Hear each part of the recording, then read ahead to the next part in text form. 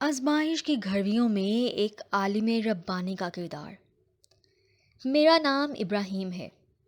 میں سمندر پر انجن سے چلنے والی چھوٹی شکاری کشتی میں کام کرتا ہوں۔ شیخ محمد بن صالح المنجد میرے دوست ہیں۔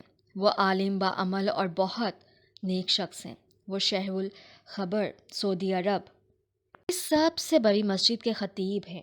میری ان سے دوستی خاصی دیرینہ ہے اور ہم لوگ گاہے گاہے سیر و تفریح کے پروگرام بناتے رہتے ہیں۔ اس بارے میں نے شیخ صاحب سے اصرار کیا کہ میرے ساتھ سمندر کی سیر کو چلیں، سمندر کا جوبن دیکھیں گے اور مچھلی کا شکار کریں گے۔ میرے پرزور اصرار پر شیخ صاحب نے حامی بھر لی۔ جمعرات کے دن عصر کے بعد کا وقت طے ہوا۔ ہم لوگ ساحل سمندر پر طے شدہ پروگرام کے مطابق پہنچ گئے۔ ان کا 3 سالہ بیٹا انس بھی ہمراہ تھا۔ ہم بلا تاخیر کشتی میں سوار ہوئے اور سمندر میں جا اترے۔ سمندر پرسکون تھا۔ گہرے سمندر میں پہنچے تو میں نے شکار کے لیے کشتی ایک جگہ روک دی اور جال پھینک دیا۔ ایک بڑی مچھلی ہاتھ آئی۔ ننھے انس کی تو مارے ڈر کے چیخیں نکل گئیں۔ میں نے اسے بہلایا اور کہا، فکر مت کرو، یہ مچھلی تمہیں کچھ نہیں کہے گی۔ شیخ المنجد بھی اس کی حالت دیکھ کر مسکراتے رہے اور انہوں نے اسے چمکارا پیار کیا تو وہ چپ ہو گیا۔ پھر ہم نے طے کیا کہ ہمیں شکار کی جگہ تبدیل کر لینی چاہیے۔ میں نے کشتی کا انجن سٹارٹ کرنا چاہا تو پتہ چلا کہ انجن نے کام کرنا چھوڑ دیا ہے۔ میں فوراً ریزر و انجن کی طرف بڑھا، اسے سٹارٹ کیا اور کشتی کا رخ ساحل کی جانب کر دیا۔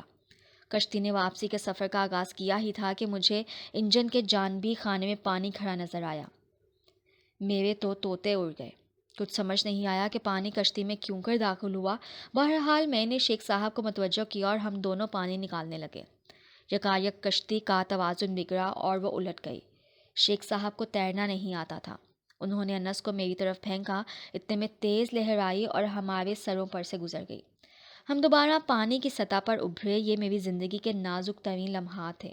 میرے ذہن میں ایک ہی سوال تھا کہ شیخ صاحب کہاں ہیں؟ میں نے ارد گرد نظر دوڑائی، وہ نظر نہیں آئے۔ سخت پریشانی ہوئی۔ میں ادھر ادھر تیرا، آخر عقب میں ایک جگہ وہ پانی کی سطح پر آئے۔ ان کے ہاتھ میں لائف گیلن تھی جسے انہوں نے مضبوطی سے تھام رکھا تھا۔ جب ہم کشتی سے پانی نکالنے کی کوشش کر رہے تھے تو اسی افراتفری میں کشتی کا وہ بند ڈبہ کھل گیا تھا جس میں لائف رنگ پڑے تھے۔ چند لائف رنگ پانی کی سطح پر تیر رہے تھے۔ میں نے انہیں دیکھتے ہی ایک لائف رنگ پر ہاتھ ڈالا اور اسے شیخ صاحب کی طرف پھینکا۔ ان کے ایک ہاتھ میں تو لائف گیلن تھی اور دوسرے ہاتھ میں انہوں نے لائف رنگ تھام لیا۔ اب ہمیں نہایت تیزی سے ساحل پر پہنچنا تھا اور یہ سفر بدقسمتی سے تیر کر طے کرنا تھا۔ مجھے کبھی امید تھی کہ بارڈر سیکیورٹی فورس ہماری مدد کو ضرور پہنچے گی، لیکن یہ نہ ہوا تو سمندری مچھیرے ہماری مدد کو آ جائیں گے۔ شیخ صاحب کا ایمان بہت قوی تھا۔ وہ برابر ذکر الہی میں مشغول تھے اور مجھے بھی اس کی تلقین کر رہے تھے۔ اور انہوں نے مجھے پانی میں رہتے ہوئے وضو کر کے نماز پڑھنے کا بھی طریقہ بتلایا۔ انہوں نے مجھے وصیت کی کہ نماز کا وقت ہو تو نماز ضرور پڑھ لینا چاہیے۔ ایسے سنگین حالات میں بھی وہ بالکل مطمئن نظر آتے تھے۔ ہم لہروں کے اتار چڑھاؤ میں ہچکچولے کھا رہے تھے۔ مجھے یہ خطرناک احساس ہوا کہ ہم تینوں جلد ہی جدا ہو جائیں گے۔ کچھ بھی ہو سکتا تھا، میری جان جا سکتی تھی، انب ڈوب سکتا تھا انس، اور شیخ صاحب سمندر کی بے پناہ لہروں میں کھو سکتے تھے۔ میں نے ان سے معافی چاہی کہ میں نے ہی انہیں اسرار سمندر کر کے لایا تھا، مگر شیخ صاحب راضی بقضا اور پرسکون تھے۔ مغرب کا وقت ہو چکا تھا۔ میں نے شیخ صاحب کی وصیت پر عمل کرتے ہوئے اسی حالت میں وضو کی نیت باندھی اور سمندر کے پانی میں غوطے کھاتے ہوئے مغرب کی نماز ادا کی۔ رات کا اندھیرا چھانے لگا۔ شیخ صاحب برابر مجھے اپنی پوزیشن کا پتہ بتا رہے تھے، تاہم ہمارا درمیانی فاصلہ رفتہ رفتہ بڑھتا جا رہا تھا۔ سمندر کی تیز لہریں ہمیں ایک دوسرے سے دور کر رہی تھیں۔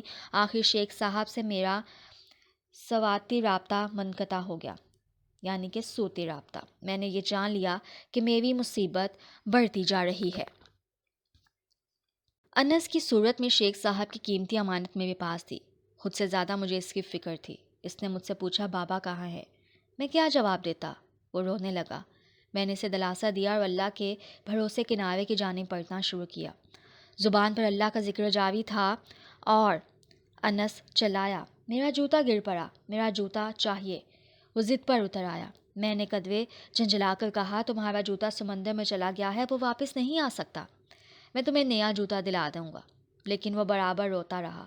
میں نے غصے میں آ کر اس کا دوسرا جوتا بھی اتارا اور سمندر میں پھینک دیا۔